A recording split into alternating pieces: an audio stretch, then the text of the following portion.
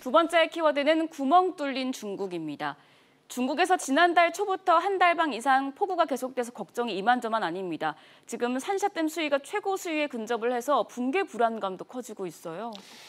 그렇습니다. 이 중국의 폭우 또 폭우로 인한 홍수 사태가 일파만파로 계속 확산이 되어가고 있는 이런 모습입니다. 네. 중국에서 지금 폭우가 쏟아지기 시작한 게 벌써 한 달이 넘어요. 한 달 이상 지금 하늘에 구멍이 뚫린 모습으로 계속 비가 떨어지고 있습니다. 네, 박사님, 홍수 피해가 클 것 같아요. 예, 현재 특히 양자강, 우리는 양자강이라고 부르는 강, 중국의 남북을 가르는 강이죠. 강남, 강북을 가르는 강이 바로 저 양자강인데 중국에서는 저것을 창장이라고 부르죠. 저 창장 일대에 지금 폭우가 집중적으로 쏟아지고 있습니다.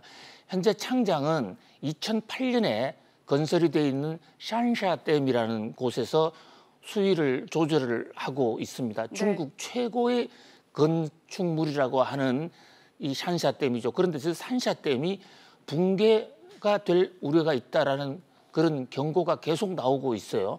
그리고 중국 정부에서도 샨샤댐 붕괴를 막기 위해서 국민들에게 그 주민들에게 제대로 알리지도 않고 물이 차니까 그 물을 상당 부분 밑으로 빼낸 거예요. 네. 그 바람에 샨샤댐 하루 지역이 지금 그래픽에 보시는 대로 홍수, 물난리를 지금 겪고 있는 이런 상황입니다.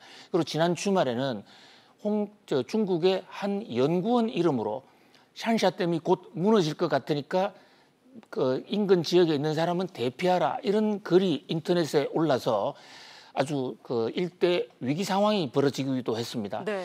그런데 이제 그 글을 올린 것으로 되어 있는 이 연구원은 자신은 그런 글을 올린 적이 없다라고 해명을 하고 있고 또 중국 정부에서도 샨샤댐은 그 어떤 건축물보다도 튼튼하다, 안심하라라고 그 정부에서는 그 국민들을 향해서 설득을 하고 있습니다. 네, 박사님, 그런데 문제는 앞으로 비가 더 올 것으로 예상이 되고 있다는 점이에요. 그렇습니다. 비가 계속 온다면 샨샤댐도 흔들릴 수밖에 없고 특히 샨샤댐은 2008년에 건립 당시부터 건설 공사를 잘못했다.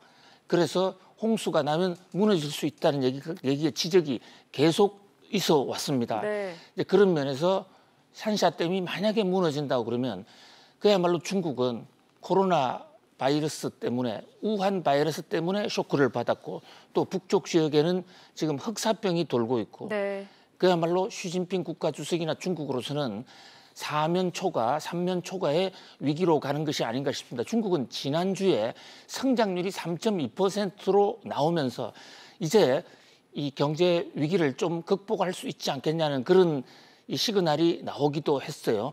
그러나 다시 홍수 사태에 휘말리면서 한치 앞을 알 수 없는 그런 캄캄한 지금 상황으로 몰려가고 있습니다. 네. 우리 문재인 대통령이 시진핑 국가주석에게 그 전문을 보냈죠.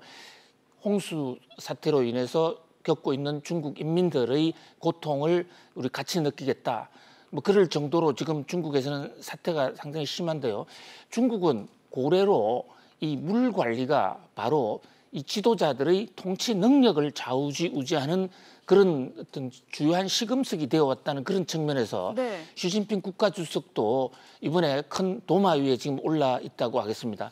결국은 이렇게 홍수가 일어나고 자꾸 자연재해가 일어나는 것은 결국 시진핑 국가주석의 국가 관리 잘못이 아니냐. 또 홍수도 관리하지 못하는 것은 시진핑 국가주석의 위기관리 능력의 한계를 드러낸 것이 아닌가 이런 얘기가 있는데요. 중국의 그 선사시대라고 볼 수 있는 이 우임금 같은 경우에는 홍수를 잘 관리했기 때문에 그 권좌에 오르기도 했거든요. 네. 그러면서 어떤 시진핑 국가주석의 고민이 점점 깊어가고 있다 이렇게 볼 수 있겠습니다. 네, 중국의 홍수 피해 하루빨리 수습되기를 바라봅니다. 계속해서 세 번째 키워드 함께 보시죠.